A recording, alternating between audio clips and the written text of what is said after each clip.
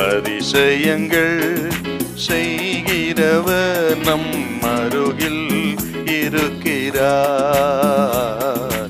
அற்புதங்கள் செய்கிறவர் என்றும் நமக்குள் வசிக்கிறார். எரேமியா 15:16 கொஞ்சம் வாசிக்க பார்க்கலாம்.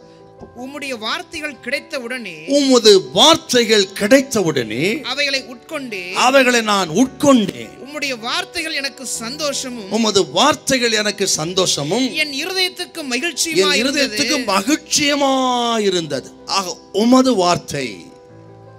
நீங்கள் தொடர்ந்து சங்கீதம் 12:6, 19, 7, 11 வாசித்து பார்த்தால் இது கர்த்தருடைய வார்த்தையா இருக்கிறது. 2 பேதுரு 1ஆம் அதிகாரத்துல 21வது வசனம், இது பரிசுத்த ஆவியானவரால் பரிசுத்தவான்களால் ஏவப்பட்டு எழுதப்பட்டதா. 2 தீமோத்தேயு 3ஆம் அதிகாரம் 16வது வசனத்தை கூட நீங்கள் வாசித்து பாருங்கள். வேத வாக்கியங்கள் எல்லாம் தேவ ஆவியினால் அருளப்பட்டிருக்கிறது. தேவ ஆவியினால் அருளப்பட்டிருக்கிறது. தேவனுடைய மனுஷன் தேறினவனாகவும் எந்த நற்கிரியும் செய்ய தகுதியுள்ளவனாகவும் இருக்கும்படியாக தேவ ஆவியினால் ஏவப்பட்டு எழுதினார்கள். இந்த கிரேக்க பதத்துல ஏவப்பட்டு என்ற வார்த்தைக்கு தேவன் ஊதினார் என்ற அர்த்தம். ஆக அவர் ஊதினார், ஏவினார். பரிசுத்தவான்களை பரிசுத்த ஆவியானவர் ஏவி ஒரு இயற்கைக்கு அப்பாற்பட்ட பலத்தினால் அவர்கள் நிரப்பப்பட்டு எழுதப்பட்டது கர்த்தர் நமக்கு கொடுத்த பரிசுத்த வேதாகமம்.